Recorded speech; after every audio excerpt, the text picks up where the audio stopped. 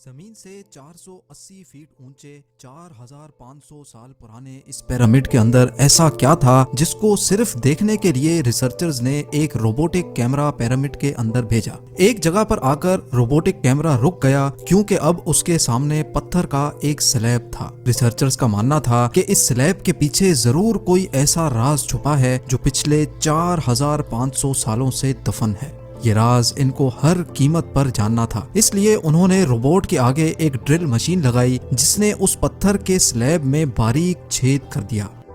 अब इस छेद के अंदर एक कैमरा भेजा गया जिसने स्लैब के उस पार एक ऐसा मंजर देखा जो पिछले 4500 सालों से किसी ने भी नहीं देखा था। जेम टीवी की वीडियोस में एक बार फिर से खुशामदीद। नाजरीन, मिस्र यानी इजिप्ट में टोटल 138 ऊंचे तरीन पिरामिड्स मौजूद हैं जिन्होंने पिछले हजारों सालों से दर्जनों अर्थक्वेक्स और कई खतरनाक तूफान का सामना किया, लेकिन मजाल है इनमें से कोई एक भी इधर से उधर हुआ हो। इनमें से सबसे ऊंचा और बड़ा pyramid the great pyramid of Giza कहलाता है और इस पिरामिड की बेस का एरिया 13 एकर्स है। यानी इस पिरामिड के अंदर हैरत अंगेज तौर पे एक दो नहीं बल्कि पूरी 9 फुटबॉल फील्ड्स आराम से फिट आ सकती हैं। एक एस्टीमेट के हिसाब से इस पिरामिड में टोटल 23 लाख बड़े बड़े पत्थरों का इस्तेमाल हुआ, जिनमें से कई पत्थरों का वजन 50 टन भी था। अगर इसके टोटल वजन का अंदाजा लगाया जाए तो इस पिरामिड का वजन 60 लाख टन है, जो 12 बुर्ज खलीफा के वजन के बराबर बनता है। लेकिन इतने ऊंचे और आलीशान पिरामिड्स बनाने का आखिर मकसद क्या था? हजारों साल पहले जब इंसान के पास कोई टूल्स भी मौजूद नहीं थे, तब इन पिरामिड्स की दीवारों को कैसे इंच बाय इंच लेवल किया गया? कैसे 50 टन वजनी पत्थरों को स्क्वायर शेप में काटकर बगैर क्रेन के ही 480 फीट ऊंचाई तक पहुंचाया गया? और इनको बनाने में ऐसे कौन से इंजीनियर्स का हाथ था जिन्होंने इन पिरामिड्स को अर्थक्वेक प्रूफ के साथ साथ इनकी तमाम साइड्स को एग्जैक्टली 51.5 डिग्री के एंगल पे सेट किया? ये सब आप जान सकेंगे आज की इस वीडियो में। तो आइए शुरू करते हैं। Challenge number 1। कई सदियों से मुख्तलिफ रिसर्च टीम्स इस पिरामिड की कंस्ट्रक्शन टेक्निक जानने के लिए सर जोड़कर बैठी थीं कि आखिर इस पिरामिड की हर side exactly north, south, east और वेस्ट पे बगैर कंपास के कैसे सेट की गई होंगी। कई एक्सपर्ट्स का मानना है कि उस टाइम के आर्किटेक्ट्स ने सबसे पहले ऐसी जमीन तलाश की होगी जो लाखों टन वजनी पत्थरों का वजन झेल सके। उसके बाद पोलर स्टार्स यानी वो सितारे जिनकी मदद से अर्थ के पोल्स का पता पड़ता है, उनकी मदद से पिरामिड की हर साइड को मार्क किया गया। ना कोई कंपास और ना ही कोई ऑप्टिकल इंस्ट्रूमेंट, सिर्फ इस बेसिक टेक्निक से हजारों साल पहले इस पिरामिड की डायरेक्शन सेट की गई और वो भी 0 एरर्स के साथ। Challenge number 2। अगला चैलेंज था जमीन को लेवल करने का। जिस 13 एकड़ की जमीन पर इस पिरामिड को बनना था, उसका लेवल थोड़ा सा भी आउट होता तो 23 लाख पत्थरों के इस पहाड़ का खड़ा होना बिल्कुल भी मुमकिन नहीं था। अब इस जमीन को लेवल करने के लिए उस टाइम के इंजीनियर्स के पास ना ही लेजर लेवलर था और ना ही बबल लेवल। एक्सपर्ट्स का मानना है कि कंस्ट्रक्शन साइट की चारों साइड्स पर खड्डा करके उसमें पानी डाला गया होगा और फिर एक साइड के पानी के लेवल से दूसरे साइड के पानी के लेवल को मैच किया गया होगा। जो जमीन का हिस्सा पानी के लेवल से मैच नहीं कर रहा होगा, उसको छेनी और हथौड़ों की मदद से काट कर लेवल किया गया होगा। कई एक्सपर्ट्स का मानना है कि एंशिएंट इजिप्शियंस ने इस सिंपल टूल का भी इस्तेमाल किया, जिसकी दोनों साइड्स पे लकड़ियां और उसके ठीक सेंटर पे एक रस्सी से पत्थर बंधा हुआ है। अगर पत्थर जमीन से टच हो गया और उसकी रस्सी ठीक सेंटर लाइन पे आ रही होगी तो इसका मतलब है कि बीच की जमीन परफेक्टली लेवल्ड है। Challenge number 3। अब पिरामिड कंस्ट्रक्शन साइट पे डायरेक्शंस भी सेट थी, मार्किंग्स भी हो चुकी थी और जमीन का लेवल भी सेट था। अब बारी थी कंस्ट्रक्शन स्टार्ट करने की, जिसके लिए लाखों टन वजनी और बड़े पत्थर रिक्वायर्ड थे। लेकिन ये पत्थर काटने के लिए ना ही उनके पास ग्राइंडर थे और ना ही जैक हैमर्स, लेकिन फिर भी उन्होंने 50 टन वजनी पत्थर काटे भी और उनको स्क्वायर या रेक्टेंगल शेप भी दिया। लेकिन आखिर किसकी मदद से?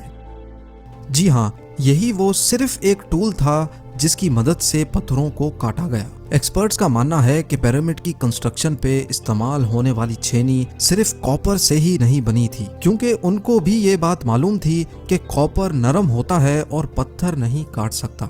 इसलिए इसमें एक केमिकल आर्सेनिक भी शामिल किया गया था। कॉपर और आर्सेनिक से बनाई जाने वाली ये छेनी लकड़ियों के हथौड़ों से पत्थरों पर ठोकी जाती थी और कई घंटों की मेहनत के बाद बड़े बड़े पत्थर शेप में लाए जाते थे।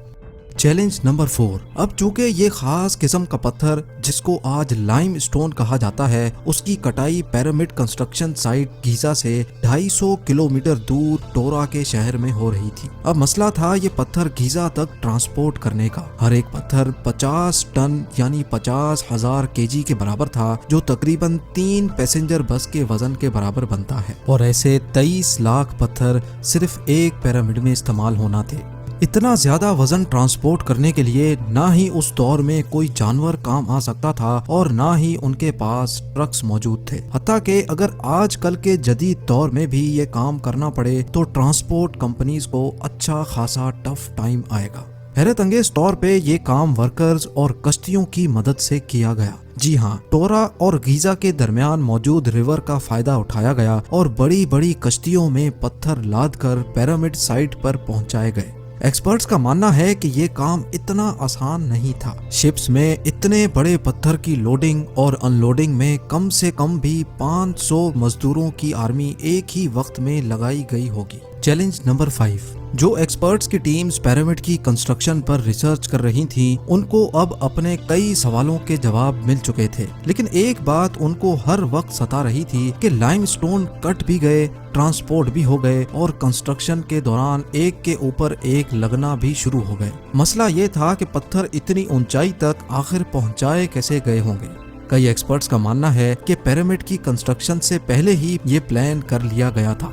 या तो ये स्पाइरल ट्रैक के जरिए ऊपर गए होंगे या फिर जिग जैग तरीके से, लेकिन ये बात तो तय है कि 50,000 केजी के पत्थर ऊपर मजदूरों की आर्मी की मदद से ही खींच कर गए होंगे। Challenge number 6। बात सिर्फ लाखों मजदूरों छेनी हथौड़े से लाइमस्टोन काटने और इतने बड़े पत्थरों को ट्रांसपोर्ट करने की ही नहीं थी। इस पिरामिड के अंदर कंपार्टमेंट्स, उनके अंदर जाने का रास्ता और कई छोटी छोटी सुरंगें भी बनाई गई थी। बाकी सब चीजें तो ठीक थी, लेकिन एक चीज एक्सपर्ट्स को हैरान कर गई और वो ये थी कि अंदर के कंपार्टमेंट्स में जो पत्थर इस्तेमाल हुआ था वो लाइमस्टोन नहीं बल्कि ग्रेनाइट था। जी हाँ, ग्रेनाइट एक ऐसा पत्थर है जो डायमंड के बाद दुनिया का सबसे सख्त तरीन स्टोन माना जाता है।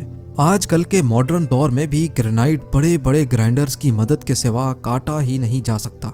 दुनिया भर से कई आर्कियोलॉजिकल एक्सपर्ट्स को पिरामिड का विजिट भी करवाया गया, लेकिन किसी को भी इस बात का सुराग नहीं मिला कि 4500 साल पहले इजिप्शियंस ने ग्रेनाइट जैसे ठोस पत्थर को इतनी सफाई से कैसे काटा था। आखिरकार कई सालों के बाद एक्सपर्ट्स ने इस मिस्ट्री को भी सॉल्व कर दिया। इजिप्शियंस ने ग्रेनाइट को इतनी सफाई से एक ऐसे आरे से काटा था जिसके दांत ही नहीं थे। जी हाँ, बगैर दांतों वाले इस आरे के दोनों साइडों पर वजन डालकर इसको ग्रेनाइट पर चलाया जाता था और बीच में बजरी डाली जाती थी। एक्सपर्ट्स का मानना है कि इस तरीके से इतने बड़े पत्थर को काटने में 4 महीनों का वक्त लग जाता था। आखिरकार पिरामिड्स बनाने का मकसद क्या था?